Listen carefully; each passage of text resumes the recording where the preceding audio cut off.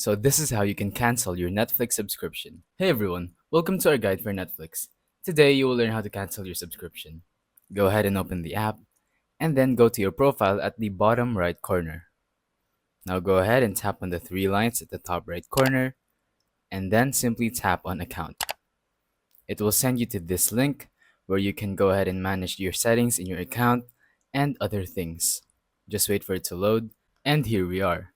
Now, as you can see, there's a button that says cancel membership at the bottom of billing details.